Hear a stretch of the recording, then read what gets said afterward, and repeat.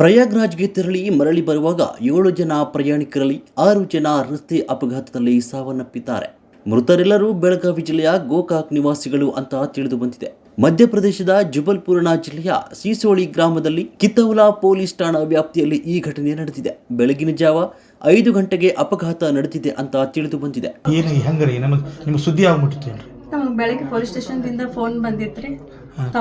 ತಮ್ಮ ಹೋದ ಆದರೆ ಏನು ಬರೀ ಸೀರಿಯಸ್ ಐತಿ, ಆಕ್ಸಿಡೆಂಟ್ ಆಗೈತೆ ಅಂತ ಇಷ್ಟ ಹೇಳಿದ್ರು. ಈಗ ಬಹಳ ಇಂಜೋರ್ ಆಗಿದ್ದಾರೆ, ಏನು ಹೇಳೋದು ಪರಿಸ್ಥಿತಿ ಇಲ್ಲ ಅಂತ ಸುದ್ದಿ ಬಂತು. ಈಗ ಎಕ್ಸ್ಪೈರ್ಡ್ ಆಗ್ಯಾರಂತ ಈಗ ಇದು ಮಾಡತ್ತಾರೆ. 7 ಮಂದಿ ಹೋಗಿದ್ದಾರೆ, ಅದ್ರಾಗ 6 ಮಂದಿ ಎಕ್ಸ್ಪೈರ್ಡ್ ಆಗಿದ್ದಾರೆ. ಅದ್ರಾಗ ನನ್ನ ತಮ್ಮ ಒಬ್ಬವ, ಆಮೇಲೆ ನಮ್ಮ ತಮ್ಮನ ಹಳೆಯ ಒಬ್ಬವ. ಜಬಲ್ಪುರ ಏನೋ ಆಗೈತಂತ ಸುದ್ದಿ ಬಂತ್ರಿ. ನಿನ್ನೆ ಕಾಲ್ ಮಾಡಿದ್ರು? ನಿನ್ನೆ ಕಾಲ್ ಮಾಡಿದ್ರು, ರಾತ್ರಿ ಕಾಲ್ ಮಾಡಿದ್ರು, ಮಾತಾಡಿದಾರು. ನಾಳೆ ಅಥವಾ ನಾಳೆ ರಾತ್ರಿ ಇಲ್ಲ ನಾಡ್ದು ಬೆಳಗ್ಗೆ ಬರ್ತೇವೆ ಅಂತ ಹೇಳಿದಾರೆ. ನಾವು ರೊಕ್ಕ ಹಾಕ್ಬೇಕ್ರಿ. ಸಣ್ಣಾಗಿರ್ತಾಗಿಂದ ಹಂಗ ಹಿಡಿದು ಚೌಪಾನ್ ಮಾಡ್ಕೊಂಡು ಬಂದಿದ್ದೀವಿ.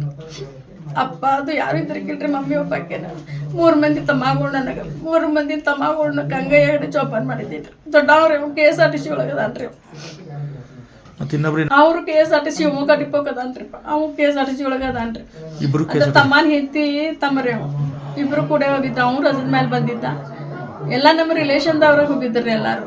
KA-49 M5054 ಸಂಖ್ಯೆಯ ಕ್ರೂಸರ್ ವಾಹನದಲ್ಲಿ ಒಟ್ಟು 8 ಜನ ಪ್ರಯಾಣ ಬೆಳೆಸಿದ್ರು. KSRTC ಬೆಳಗಾವಿ ಡ್ರೈವರ್ ಆಗಿದ್ದ ಬಸವರಾಜ್ ಶಿವಪ್ಪ ದೊಡ್ಡಮನಿ, ಗುಳೇದಗುಡ್ಡದ ಇವರ ಅಳಿಯ ಈರಣ್ಣ ಶೇಬನಕಟ್ಟಿ, ವಿರೂಪಾಕ್ಷಿ ಚೆನ್ನಪ್ಪ, ಗೊಮ್ಮತಿ ಬಾಲಚಂದ್ರ, ನಾರಾಯಣ್ ಗೌಡರ್, ಬಸವರಾಜ್ ನಿರುಪಾದೆಪ್ಪ, ಕೂರಟ್ಟಿ ಸುನಿಲ್ ಶೇಡ್ಚಾಳೆ ಚಾಲಕ ಮುಸ್ತಾಕ್ ಎನ್ನಲಾಗಿದ್ದು, ಅವರ ಪೈಕಿ 6 ಜನ ಸಾವನ್ನಪ್ಪಿದ್ದಾರೆ. ತೀವ್ರವಾಗಿ ಗಾಯಗೊಂಡ ಇಬ್ಬರನ್ನು ಸ್ಥಳೀಯ ಆಸ್ಪತ್ರೆಗೆ ದಾಖಲು ಮಾಡಲಾಗಿದೆ. ಚಾಲಕನ ನಿಯಂತ್ರಣ ತಪ್ಪಿ ಡಿವೈಡರ್ಗೆ ಡಿಕ್ಕಿ ಆದ ಪರಿಣಾಮ ವಾಹನ ಪಲ್ಟಿಯಾಗಿ ಅವಘಡ ಸಂಭವಿಸಿದೆ.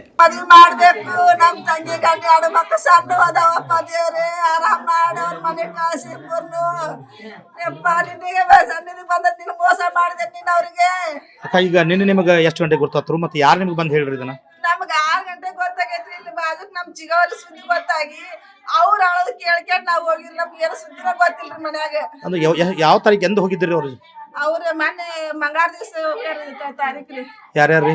ಒಂದ್ 7-8 ಜನ ಕೂಡ ಹೋಗ್ಯಾರ್ರಿ. ಅವ್ರು ನಿಮ್ಮ ಯಾರು ತಮ್ಮ ಅಂತ ಹೇಳಿರಲ್ಲ? ಯಾರು? ನಮ್ಮ ತಮ್ಮರಿ ಕಾಸು, ನಮ್ಮ ತಮ್ಮನ ಸಣ್ಣ 5ನೇದವ್ರಿ. ಮತ್ತೇನು ಅಂದ್ರೆ ಮಾವ ಹಳೆ ಇಬ್ರು ಕೂಡ ಮಾವಾಳೆ ಇಬ್ರು ಕೂಡ ಹೋಗ್ಯಾರ್ರಿ. ಇಬ್ರು ಎಲ್ಲಿ ಕೆಲಸ ಮಾಡ್ತಿದ್ರಿ? ಅವ್ರು ನಮ್ಮ ತಮ್ಮ ಶಿವಮೊಗ್ಗ ಡಿಪೋದಾಗ ಕೆಲಸ ಮಾಡ್ತಾನ್ರಿ. ನಮ್ಮ ತಂಗಿ ಗಂಡ ಬೆಳಗಾವಿ ಡಿಪೋದಾಗ ಅದಾರ. ಏನ್ ಹೇಳಿ ಹೋಗಿದ್ರು ನಿಮ್ಗೆ ಅವ್ರು? ಅವ್ರು ಪ್ರಯಾಗರಾಜಕ್ಕೆ ಹೋಗಿ ಬರ್ತೀವಿ ಅಂತ ಕೇಟಂತ ಎಲ್ಲಾರು ಹೊಂಟಾರ, ನಾವು ಹೋಗಿ ಬರ್ತೀವಿ ಅಂತ ಹೋದ್ರಿ ಅವ್ರು. ಮತ್ತೆ ನಿನ್ನೇನು ನಿಮ್ಗೆ ನೈಟ್ ಏನೋ ಕಾಲ್ ಬರಾತು ಅಂತ ಹೇಳಿ? ಏನು ಇಲ್ಲ, ಬರಕ ನೀನು ಮುಂಜಾನೆ ಅಂದಿದ್ರಿ ಬರಾಕತ್ತೀವಿ ನಾವು ಬರ್ತೀವಿ ಅಂತ ಕೇಟಂತ ಅಂದ್ರಿ.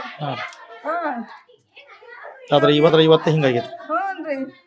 ಏನ್ ಸಣ್ಣ ಪುಟ್ಟ ಪೇಟ ಹೊರಗಲ್ರಕ್ಕ ನಮ್ ಜನ್ಮ ಆರಾಮ್ ಬರ್ಲಿ ಅಂತ ನಾ ಬೇಡಾಕತ್ತೀನಿ. ನನ್ನ ದೇವ್ರಿಗೆ ನನಗೆ ಏನು ಮಾಡ್ಲಿ ನಾನು. ಅವ್ರು 1 ವಾರ ಟೈಮ್ ಇತ್ತಲ್ರಿ. ಮೊನ್ನೆ ಹೋಗಿ ಈಗ ನಾಳೆಗೆ 8 ದಿವಸ ಆತ್ರಿ ಅವ್ರು ಹೋಗಿ.